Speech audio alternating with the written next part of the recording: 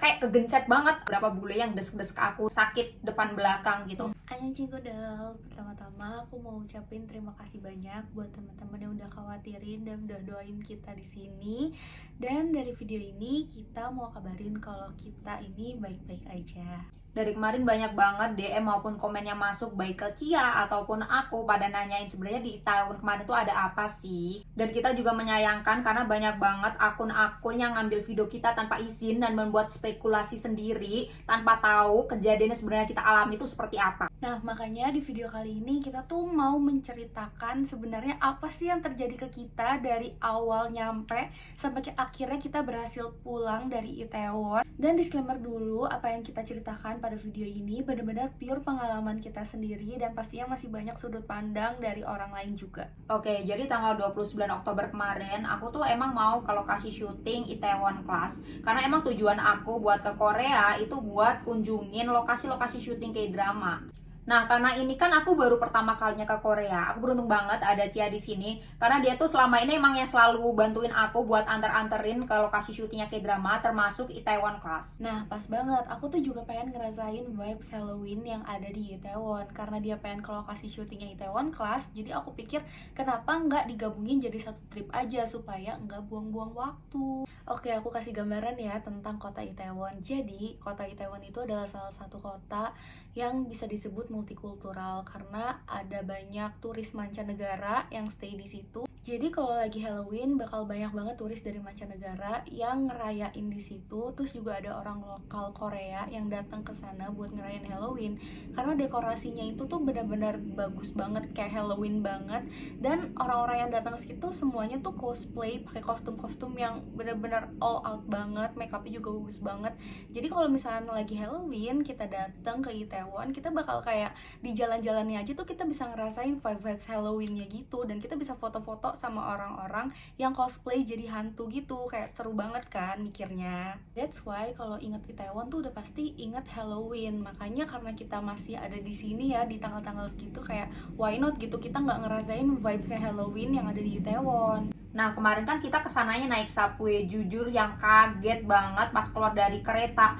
Itu station udah kayak lautan manusia. Tapi kita mikirnya itu macet gara-gara orang antri buat ngetep kartu doang. Ternyata enggak guys. Makin kesana makin padet banget. Sampai eskalatornya aja mati. Padahal ini subway ya kayak MRT lah kalau di Indo. Jadi pasti untuk keluar itu harus naik tangga kan. Bayangin kita macet tapi di tangga. Dan itu ada banyak ya tangganya, nggak cuma satu. Jadi kita harus naik satu persatu, berhenti lagi, naik lagi, begitu sampai berhasil keluar. Nah, kita pikir setelah kita berhasil keluar dari station, itu kita udah aman. Tapi ternyata Itaewon tuh cukup rame ya pas lagi Halloween.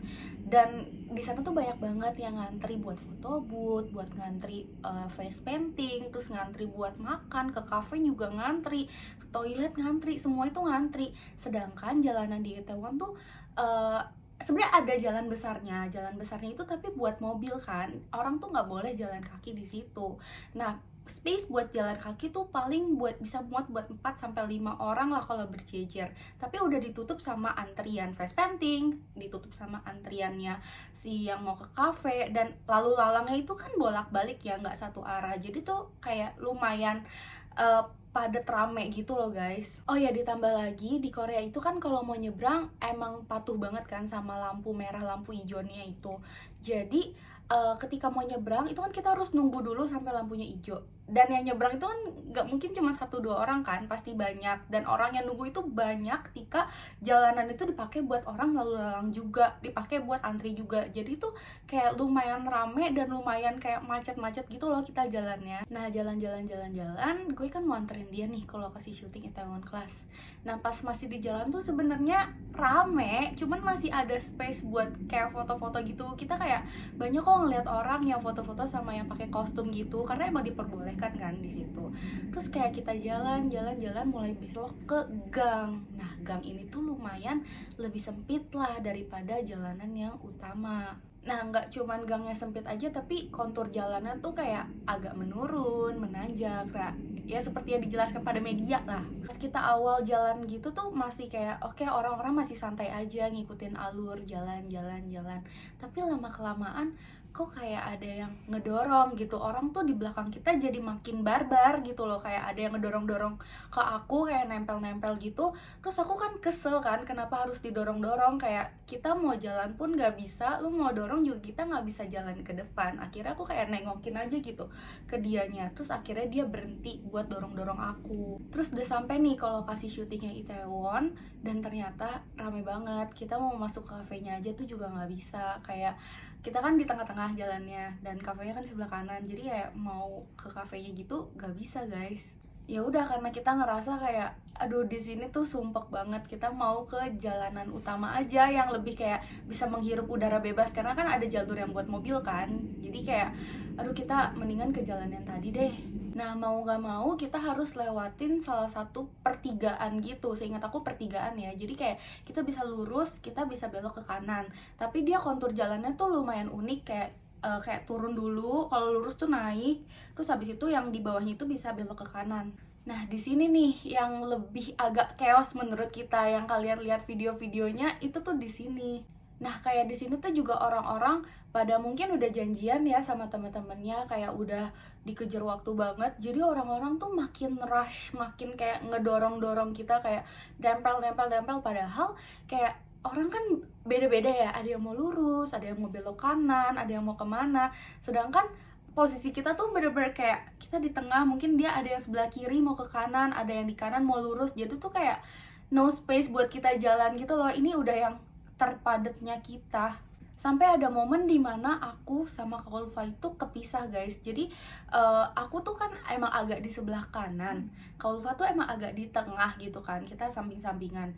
Dia tuh sampai kedorong ke bawah arus dari belakang, itu dia jalan tiba-tiba dia udah di depan. Aku tuh kayak, Kak Ulfa jangan kepisah ya, pokoknya angkat tangan aja. Yes, bener banget. Jadi kemarin tuh ada beberapa bule yang desek-desek aku dari belakang. Jadinya kita kepisah. Aku udah lumayan di depan banget ya, Cia ya. Agak jauh sih. Iya, itu bener-bener kayak kegencet banget. Apalagi aku bawa ransel kan di belakang. Iya. Jadi ya udah sakit depan belakang gitu. Akhirnya aku kayak lihat ada tumpukan sampah gitu di pinggir. Jadi aku ya udah itu celah aku harus ke situ, udah nggak kuat. Akhirnya aku berusaha ke situ, mau gak mau ya, itu tumpukan sampah. Di situ aku sambil ngelambai tangan biar Cia lihat. Akhirnya kita ketemu lagi, alhamdulillah. Karena kenapa aku pengen nunggu dia aja daripada ke bawah arus, karena aku di sini cuma pakai wifi guys, pakai pocket wifi, dan kalau di dalam kerumunan ini sinyalnya hilang. Nah untungnya banget aku tuh juga jalannya di sebelah kanan gitu guys, jadi untuk nyari oksigen yang nggak terlalu susah lah, maksudnya masih ada kayak ruang yang gede buat aku nyari oksigen di situ. Dan buat ketemu Kak Ulfa yang udah dia menepi ke tempat sampah itu ya ketemunya bisa bareng lah gitu, karena kan aku emang di sebelah kanan gitu. Di situ juga posisinya banyak orang-orang bule, orang-orang lokal yang kepisah sama temennya gitu, karena semua pegang HP dan angkat tangan gitu nyari temennya. Oh ya, disclaimer dulu, ini tuh kejadian kita yang kita alamin ini adalah beberapa jam sebelum kejadian tragedi Itaewon itu terjadi. That's why kita masih bisa buat kayak video-video, masih kayak bisa keluarin HP, karena emang itu padat, gak ada ruang, tapi mungkin gak sepadat yang ada di tragedi itu, mungkin. Nah akhirnya aku berhasil buat ketemu Kak Ulfa yang udah nungguin di dekat tempat sampah itu. Dan di samping tempat sampah itu ada kayak orang yang emang buka jasa face painting gitu loh guys. Jadi mereka lagi face painting dan itu rame banget. Kalau misalkan terlalu gasrak-gusruk nanti yang mau face painting kena kesenggol-senggol kan. Makanya ada beberapa orang yang mungkin dari timnya face painting lah yang jadi barikade di situ, yang agak ngeblok sedikit jalan, jadi jalanan tuh makin sempit lagi. Padahal itu jalanannya udah lebih sempit dari yang sebelum belokan, ngerti gak? Nah di situ tuh aku ngerasa kayaknya jalanannya tuh lebih padat lagi dibandingkan jalanan yang sebelum aku belok, karena ada barikade, terus ditambah ada orang lagi yang dari arah sana mau masuk ke dalam gang, kita mau keluar gang. Itu tuh kayak sampai nggak bisa jalan sih kayaknya kemarin, sampai akhirnya kita nemu celah gitu ya Kak, celah yang setelah face painting itu ada celah kayak itu bisa naik ke atas. Akhirnya tuh kayak yaudah deh kita lewat sini aja, ngikutin orang depan juga ada yang lewat situ. Akhirnya kita udah naik di atas, jalan-jalan, kita dicegat sama orang yang punya face painting itu deh kayaknya. Kata dia tuh kayak gak bisa lewat jalan sini, kalian tuh harus turun. Untungnya pas turun itu tuh ya emang agak tinggi sih, kan celahnya kayak naik gitu kan. Turun kita harus lompat, definisi lompat. Terus habis itu untungnya kayak itu nggak sepadat yang kayak ada di belakang. Jadi kita udah jalan di atas tuh lumayan, ya nggak nyampe 100 meter sih, udah lumayan. Pas turun masih bisa buat gerak lah, langsung kayak aku udah bisa video lagi di situ. Nah, setelah berhasil keluar, kita tuh nggak tahu kalau ada tragedi itu. Karena saat kita dengar kabar duka, alhamdulillahnya kita itu udah ada di safe place, guys. Jujur kita juga nggak nyangka sih bakal kejadian tragedi kayak gitu. Dan itu situasinya benar-benar menakutkan banget sih, kayak mencekam banget. Karena kalau di Korea itu biasanya kalau ada musibah, bencana, itu selalu ada alert yang muncul ke HP dan bunyinya tuh bener-bener kayak tet gitu. Dan itu berkali-kali guys, kayak awalnya tuh 50 korban, terus jadi 80 korban, terus nambah lagi 100 gitu. Kayak kita tuh kita sedih banget. Tapi kita di satu sisi juga panik gimana cara kita pulang, karena itu juga pas kita di safe place itu kita udah malam, subway itu atau MRT itu udah nggak ada di Korea, udah close, bus juga nggak bisa akses kan ke jalan itu, terus juga taksi nggak ada juga. Jadi kayak ya bisa dibilang kita kejebak juga lah di tempat itu. Akhirnya kita mutusin buat stay di situ aja sampai keadaan lebih kondusif, sampai di jam 3:30 ya, 3:30 pagi. Kita mutusin buat ngejauhin di Taiwan jalan kaki. Itu bener-bener lagi dingin banget, kita harus Dingin nahan banget. itu. Dan di situ kebetulan ada beberapa taksi, cuman kita cek ternyata penuh semua. Akhirnya kita bingung kan. Dan di situ kebetulan ada orang Korea yang lagi duduk di pinggir jalan. Kita minta tolong sama mereka buat pesenin taksi, tapi ternyata juga nggak bisa, semuanya full gitu.